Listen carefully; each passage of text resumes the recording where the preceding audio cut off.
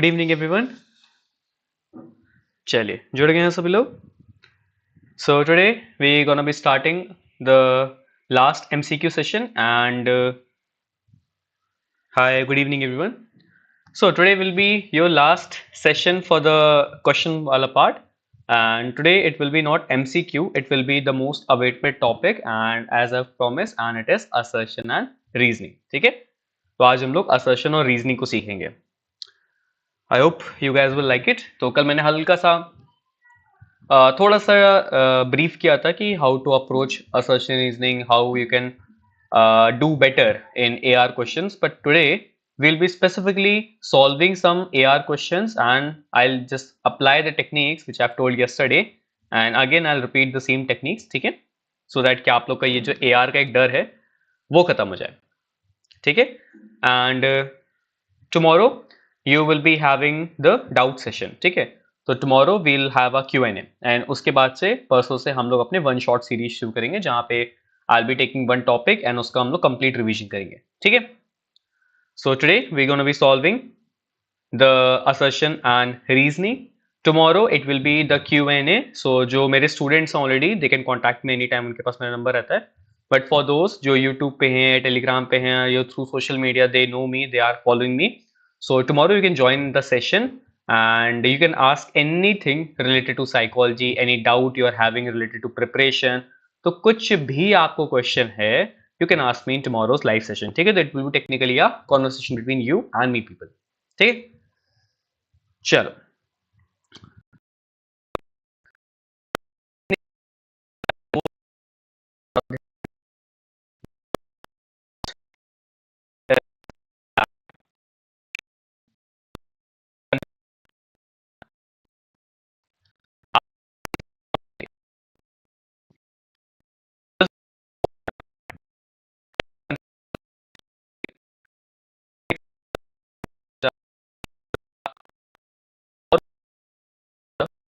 ऐसा नहीं है कि सिर्फ ऊपर ऊपर से पढ़ लिया काम हो जाएगा, ठीक है। Time will be same 6 PM, ठीक है। आज थोड़ा सा लेट हो गया, इस भी एक्चुअली होली वाला सीन चल रहा है ना, तो कभी मुझे अननेसेसरी जाना पड़ता है, कभी गेस्ट आ गए अननेसेसरी, तो उसकी वजह से थोड़ा प्रॉब्लम हो रही है। बट जो वन शॉट सीरीज रहेगी, होली भी खत्म हो गया है अब ऑलमोस्ट, तो उसके बाद से सही रहेगा। You are not audible. I am audible I think. मेरी आवाज आ रही है? Okay okay, just a second. Hello. Okay, hello hello hello, आवाज आ रही है अभी? हेलो हेलो हेलो, आवाज आ रही है मेरी अभी? Is it fine?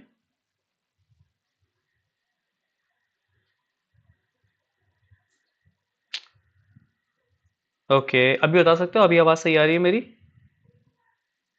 You are Audible now, अच्छा ओके ओके, चलो ठीक है। Alright, okay okay, good evening सभी को, गुड इवनिंग। चलो हाय हेलो नमस्ते, अभी पढ़ाई पे ध्यान दो, ठीक है सब लोग। Alright, so I was telling you, good evening. I was telling you कि असर्शन सॉल्व करने के लिए the most important thing is you should have the idea of the concept in a very detailed manner. ऐसा नहीं है कि सिर्फ ऊपर ऊपर से पढ़ लिया, चैट जीपीटी से पढ़ लिया एंड हो गया काम, no. You should be having exact detailed idea। Second thing, you will be having two statements, one is assertion, other one is reason, ठीक है। assertion is basically an argument, you can say, है ना, it's an argument and R is like reason, है ना।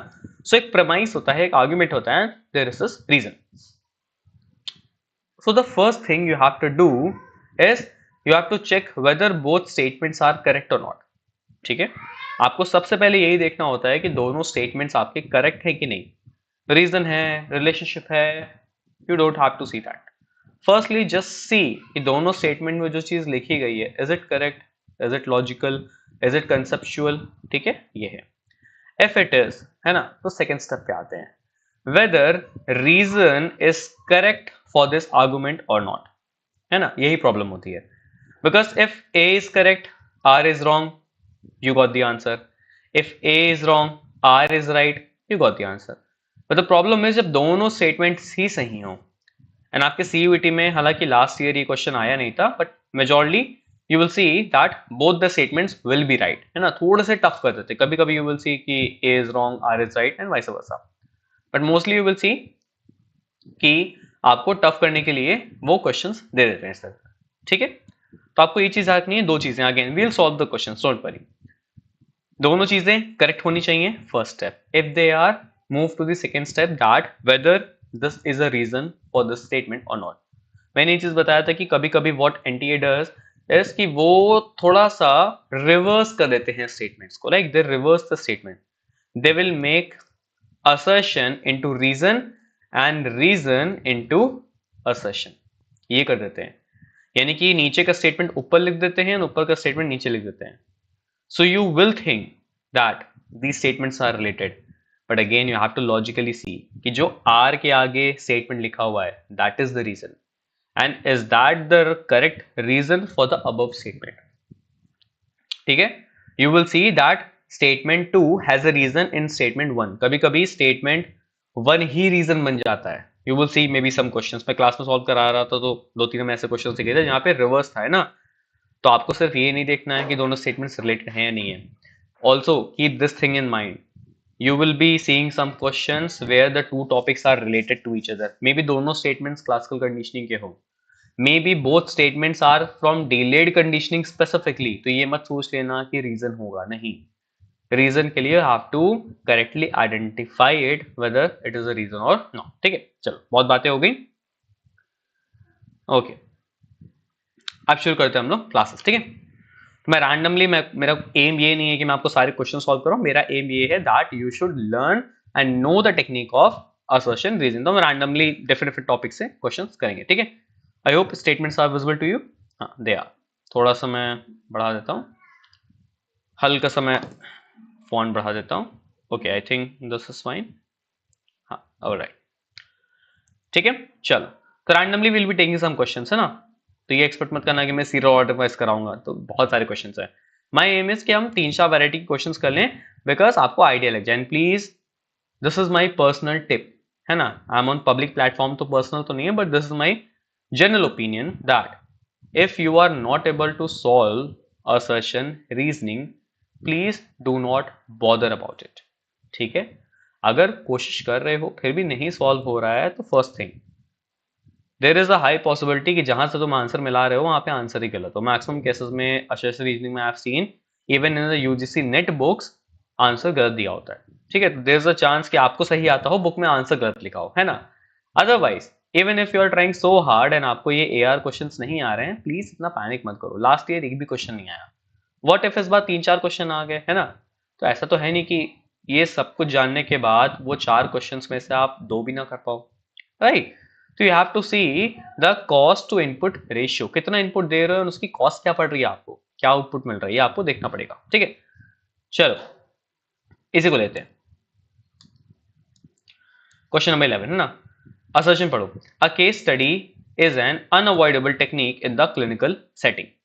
ठीक है, reason क्या लिखा है, इट प्रोवाइड्स, इफ नहीं होगा इट होगा. ठीक है, it provides a complete picture of the subject for diagnosis and prognosis.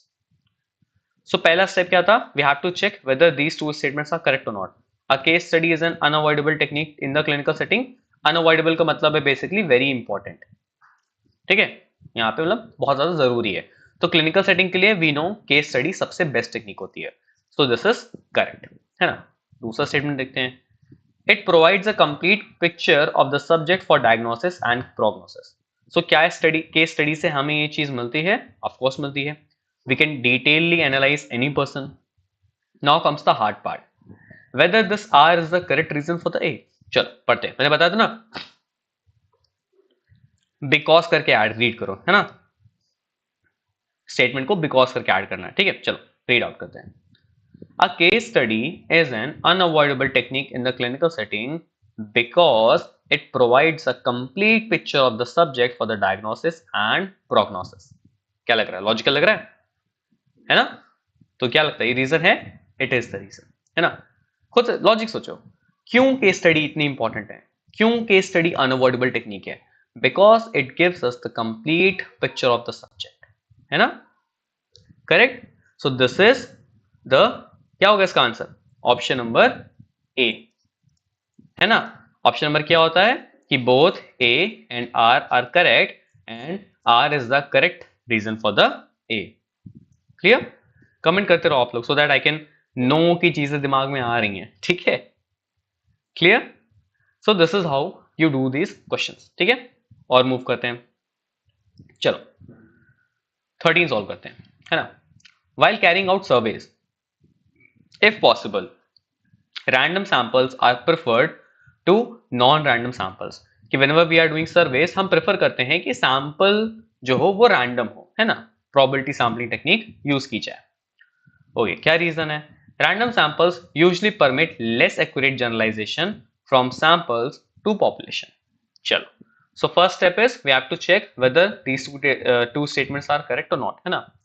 पहला statement, while carrying out surveys if possible random samples are preferred to non random sample, correct, एकदम सही है ना।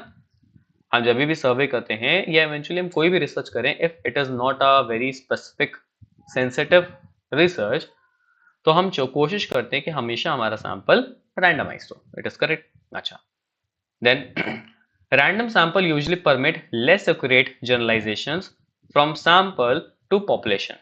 Is this correct? No, it is wrong, है ना। It will permit the accurate generalization, क्योंकि अगर आप रैंडम सैंपल यूज कर रहे हो तो it will give you high generalisability, आपका सैंपल बहुत अच्छा रिप्रेजेंटेटिव फॉर्म होगा पॉपुलेशन का।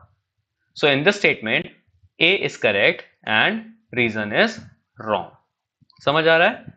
ठीक है, तो इस तरह की क्वेश्चंस में आपके ऑप्शन नंबर सी सही होता है कि assertion is correct and reason is wrong, है ना। यू हैव 4 ऑप्शंस, इनको कंफ्यूजन हो एमसीक्यू के फॉर्म में आता है ना ये, तो you will be having 4 options. Option number A is both assertion and reason are correct and reason is the correct statement for assertion, ठीक, correct explanation. Option number B क्या होता है? Both statements are correct but reason is not the correct explanation for assertion, ठीक है। Option number C क्या होता है? Assertion is correct, reason is wrong.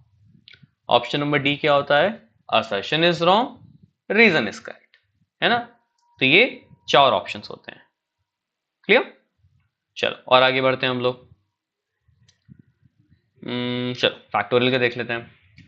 Factorial experimental design are less efficient than quasi-experimental design. Okay. Factorial experimental design yield information about the main and interaction effect variable. बताइए, दोनों statements correct हैं या नहीं है? Factorial experimental design are less efficient than quasi-experimental design. Is it true or not? क्या लगता है, बताइए क्विकली, बताइए। ऑप्शन नंबर असर्शन, ये स्टेटमेंट करेक्ट है या नहीं है? यस और नो, क्विकली बताइए।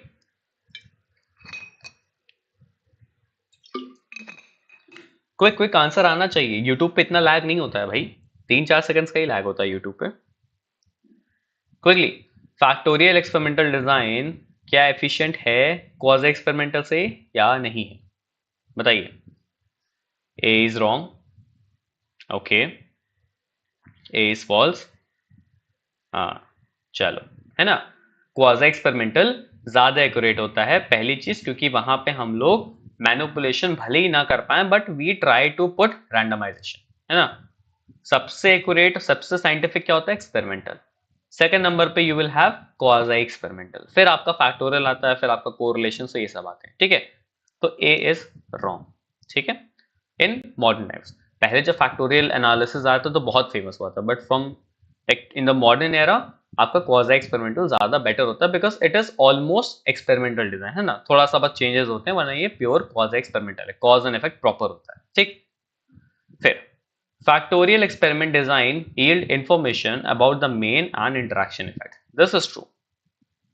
बताया था ना आपका interaction effect A cross B, है ना, 2/2, 3/2, कुछ याद आ रहा है? इंडिपेंडेंट वेरिएबल्स होते हैं ये सब, ठीक है। तो ये जो क्रॉस लगा रहता है ना, ये इंटरेक्शंस दिखाते हैं। तो ये इंटरेक्शन इफेक्ट आपका फैक्टर बताता है ना। तो इसमें आर करेक्ट है, ए रॉन्ग है। तो क्या हो जाएगा ऑप्शन नंबर डी, है ना, कि A is wrong but R is correct. ठीक है, वीडियो स्टक हो गया इज इट? क्या मेरा वीडियो स्टक हो गया है क्या? नहीं भाई, चल तो रहा है वीडियो। Can anyone confirm?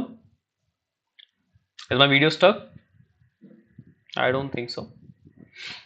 चलो और कुछ ले लेते हैं हम लोग क्वेश्चन। चलो अच्छा ऐसा ले लेते हैं। चलो ओके, क्वेश्चन नंबर 3। चलो बायोलॉजिकल से एक आध क्वेश्चन ले लेते हैं। Nervous system facilitates the speed of infectious agent from one hemisphere to the other. Reason: there is free circulation within the nervous system. बताओ क्या होगा इसका आंसर?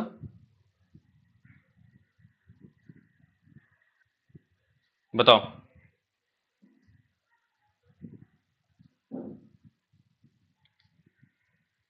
ओके ओके, बताइए दोनों स्टेटमेंट्स करेक्ट हैं या नहीं है?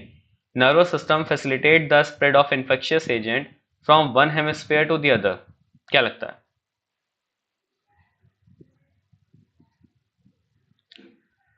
बताइए बताइए।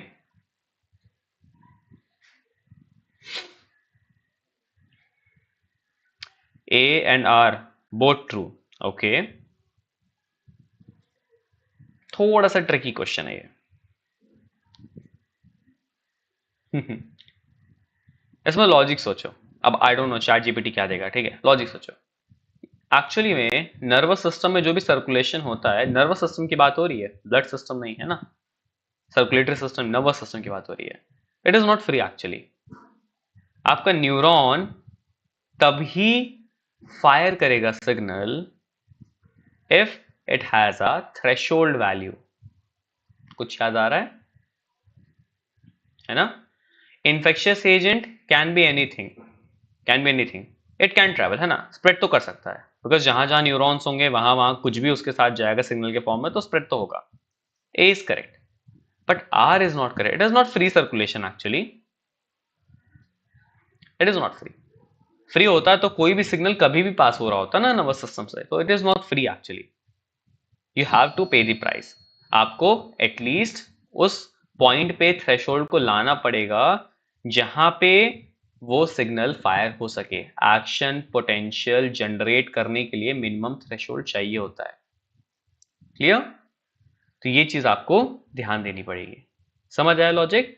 A is correct but reason is wrong. It is not a free circulation, है ना। अगर सर्कुलेटरी सिस्टम होता तो वहां बात अलग होती, ब्लड वर्ड होता, उसमें कुछ भी इंफेक्शन चला जाए, वो सब है, ठीक है ना। But this is not the correct answer.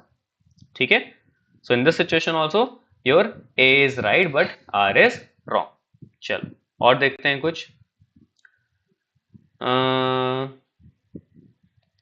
Okay चलो ये ले लेते हैं। ये increase in solutes will draw water from the cell and lead to the cell shrinkage। क्या होगा इसका आंसर? बताइए। Increase in solutes will draw water from the cell and lead to the cell shrinkage। क्या होगा इसका answer? बताइए। R क्या है? Water is lost through evaporation और if the organism consumes a salty meal. बताइए। तो ये तो सही है, रीजन इज करेक्ट, है ना। अगर आप बहुत ज्यादा सॉल्टी मील लो तो आपका वाटर काफी जल्दी लॉस होता है। ये रीजन है कि आपको बहुत प्यास लग रही होती है ना। एंड इवापोरेशन के थ्रू भी होता है। Option number A, increase in solutes will draw water from the cell and leads to the cell shrinkage. क्या लगता है? ए करेक्ट है? बताइए। ये भी करेक्ट है। अगर बहुत ज्यादा सॉल्यूट्स आप मिलाते जाओगे, सॉल्ट क्या है? सॉल्यूट एक तरह का, बहुत ज्यादा सॉल्यूट मिलाते रहोगे तो आपके सेल से ही पानी कम होने लगेगा and it will lead to cell shrinkage. Clear? और ये क्या रीजन है इसका? बताइए। क्या ये रीजन है?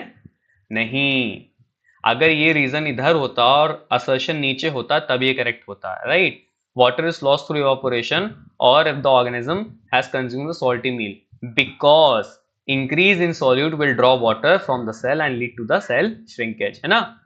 इसी की मैं बात कर रहा था, समझ आ रहा है। बोथ आर करेक्ट, बट ये रीजन अगर ऊपर होगा एंड असर्शन अगर नीचे लिखा है तब ये चीज करेक्ट होगी, ठीक है। तो I hope now you have the idea कि किस तरह से आप लोग को असर्शन रीजनिंग सॉल्व करना है, ठीक है। आप चैट जीपीटी यूज कर सकते हो, आपको बहुत सारे असर्शन रीजनिंग मिल जाएंगे। जस्ट टेल हिम, ऐसे चैट जीपीटी ओपन करो and ask him give me assertion reasoning questions on behaviourism, on brain, on learning, है ना। वो आपको ढेर सारे बना के दे देगा विद आंसर्स। इससे आपको प्रैक्टिस करना है, ठीक है। Today you have this topic. कल हम लोग Q&A रखेंगे, तो आप लोग को अच्छे से ध्यान देना है कि कल आप लोग को डाउट्स प्रिपेयर करके लाने, ठीक है। ऐसा नहीं होने खाली आ गया, ठीक है। तो डाउट्स क्वेश्चंस जो भी आपको लिखते चलो, ये नहीं कि लाइव में पूछ लेंगे, है ना। सब कुछ लिखते चलो and tomorrow will see you 6 PM। जितने भी आपके डाउट्स होंगे प्रिपरेशन, साइकोलॉजी, सबको हम लोग डील करेंगे।